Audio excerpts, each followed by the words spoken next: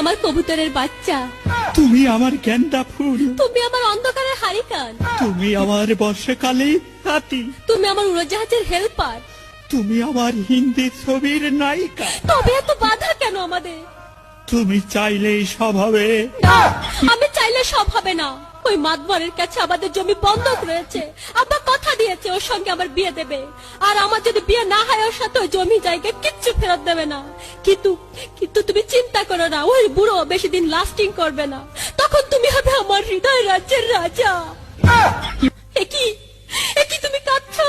কই, আমি তো কাচ্ছি না, আমাকে দেখ, আমার বুকে তো কোনো কান্না নেই। তোমার চোখে পানি, চোখে যেন কি পড়লো।